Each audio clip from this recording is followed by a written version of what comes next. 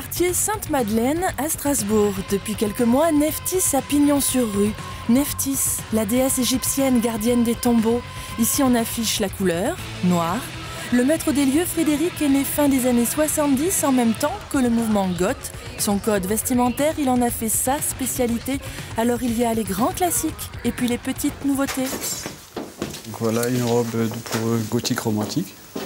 Voilà, donc les cybergothiques, ils aiment bien la couleur, donc ils mettent des corsets roses. Depuis tout petit, j'ai toujours adoré ce milieu gothique, métal, la musique, les vêtements. C'est un habit qui me plaît vraiment le plus. Je trouve ça vachement plus beau qu'un habit traditionnel ou un jogging ou n'importe. Vous vous sentez mieux comme ça qu'en jean? Comme ça, je suis à l'aise.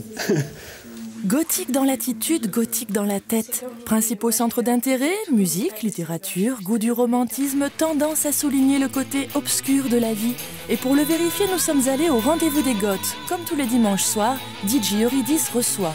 30 ans de gothisme, cela n'est plus une crise d'adolescence et c'est donc à lui que nous avons posé la question. Qu'est-ce que c'est qu'être goth aujourd'hui ? Qu'est-ce que c'est être gothique aujourd'hui? Comment dire ça? Coupé. Une question vaste, bien trop vaste, car le hic, c'est que les gothiques ont fait des petits. Le mouvement rassemble aujourd'hui plusieurs dizaines de courants, de tendances, de nuances. Cependant, une chose est sûre, les clichés ont la peau dure. On nous traite comme des sataniques, quoi, alors qu'on n'a rien à voir avec le satanisme. Ça, faut vraiment se mettre ça une fois pour toutes dans la tête. Le gothique, c'est romantique.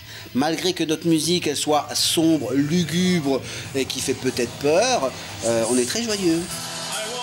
Ce soir, ambiance Batcave, du nom d'un club londonien où est né ce genre musical dans les années 80.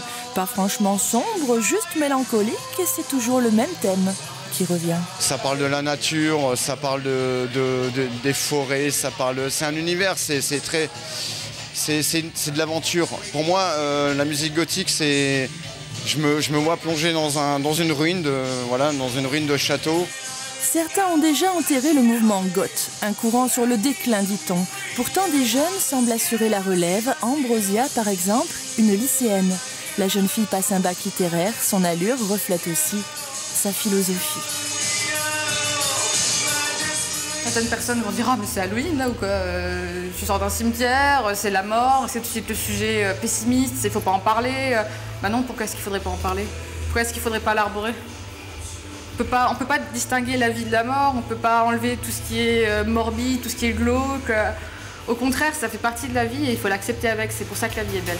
Étrange paradoxe d'une jeune fille toute vêtue de noir mais qui voit l'avenir en rose. C'est vrai, cela peut laisser songeur.